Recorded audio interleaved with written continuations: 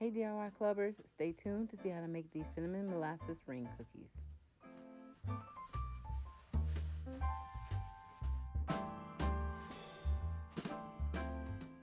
Hey loves, so I decided to go off web today for our video, and I found this interesting recipe in one of these baking books we had around my house.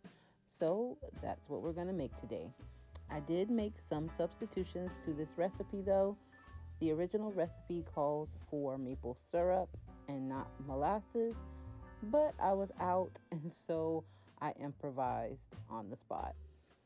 Also, at the end, you're supposed to brush the tops of the cookies with the maple syrup or molasses, whichever you decide to use. But I did not do that either, and I think that the cookies came out just fine. So here I am just mixing in my dry ingredients. And crazily enough, this recipe did not require a lot of ingredients and was pretty simple to make. The interesting and most difficult part came when it came to roll the cookies. So here you see me adding in my butter. The directions say to cut the butter into 8 different cubes and add them slowly. One suggestion that I will completely make will be to make sure that your butter is a lot softer. I left mine out of the refrigerator, but it was still pretty hard, and it just made it a little bit tougher to go ahead and add the butter to the flour. It turned out okay though, because the directions say that the mixture is supposed to be crumbly and form little pea-sized balls in the bowl. So this worked out, but I think it would just go a little bit smoother if your butter was closer to room temperature than mine was. Because as you saw, the butter kept getting stuck in the mixer, and flour, of course, was getting everywhere. But I stayed the course and I continued adding my cubes of butter and mixing until everything got fully combined and it formed those pea-sized pieces that I mentioned earlier. And here what it will look like. I thought that I got a closer up view of the dough, but I did not. But if you look really close, you can see it's pretty crumbly and has formed little pea-sized pieces. So also, as you see in this clip, I'm adding in my molasses as well as a couple of tablespoons of ice cold water. And I just made that by adding a few ice cubes to some regular water. And then you're going to combine your wet and dry ingredients. Make sure not to overmix, which I do feel as though that was what happened to my dough, because it does get tough and makes it a little bit harder to handle once you get to the next step of forming your rings. So you just want to make sure to combine only until everything is incorporated. Once everything is fully incorporated, you'll go ahead and split the mixture in half, and you're going to wrap the 2 pieces of dough in saran wrap. I added a piece of wax paper because I just wasn't sure if it was going to stick to the saran wrap. It did not, so you can just do saran wrap to wrap your 2 separate balls of dough, because you are going to end up putting them in the freezer. So once you do that, you get your 2 balls of dough and you're going to put them in the freezer for 2 hours.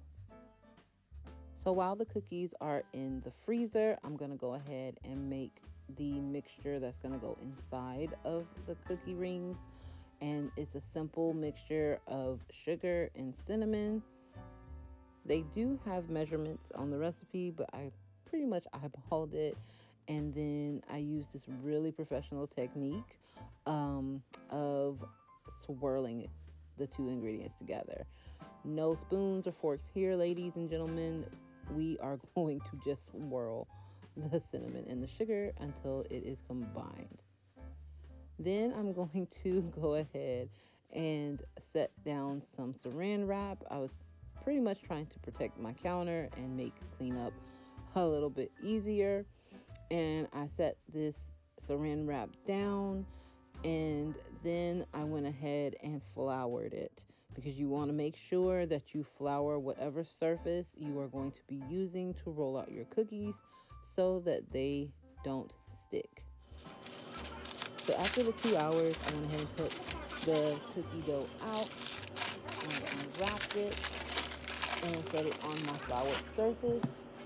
Also, make sure that you flour your rolling pin, because again, you're trying to prevent the dough from sticking. So you'll roll it out as flat as you possibly can, trying to keep the dough in a square shape, and you'll just take your time with this. Like I told you guys earlier, my dough was pretty brittle, and I do believe that I may have over mixed it earlier, but I think the cookies came out good anyway. But anyway, you're going to keep rolling and turning the dough until it is in a rectangle shape.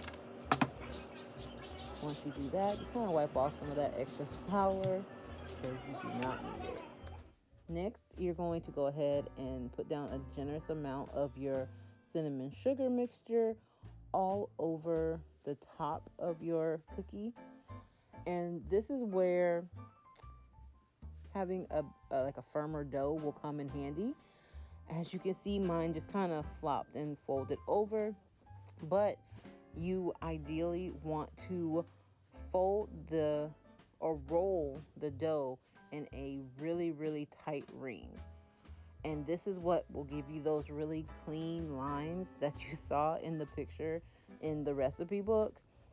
Now, also, you guys probably saw my lines were not very defined, and that is because I did not get to roll my cookie dough as tight as it needed to be to define those lines. And I will say, if I was on the Great British Bake Off right now, I would probably be sweating. But I'm going to stay the course and continue to roll it and wrap it in the saran wrap. Once you get it fully wrapped up in the saran wrap, you're going to put it back in the freezer to freeze for an hour. Right before you take the cookies out, you'll preheat your oven to 325. And then, as you can see, the cookies are hard as a rock. And you are simply going to cut slices down the log of cookies. Now, one of the things that I was telling you guys earlier was that I was thinking that my dough was too tough. And this is what really sealed the deal, because they were very, very crumbly, which in the recipe it states that if you overmix, it can cause the dough to come out like this.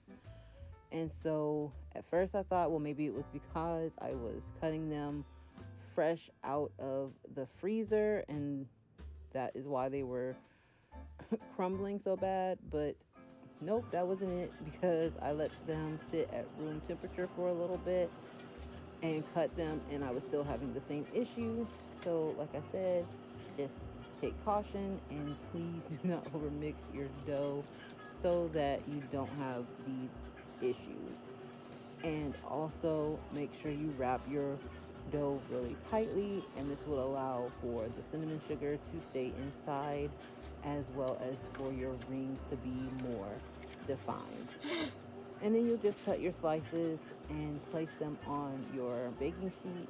I have mine covered in one of Wilton's baking pads, and I'm putting them in the oven for 16 minutes.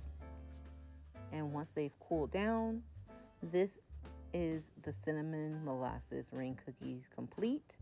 On the rings that have formed, they're really, really pretty. And even though the look isn't that great, I can promise you guys, these taste amazing. Thanks for joining me for another video. Make sure you like, comment, subscribe, and turn on the bell for notifications. And wherever you are and whatever you're doing, I hope you have a great day, and always keep creating. Love you guys.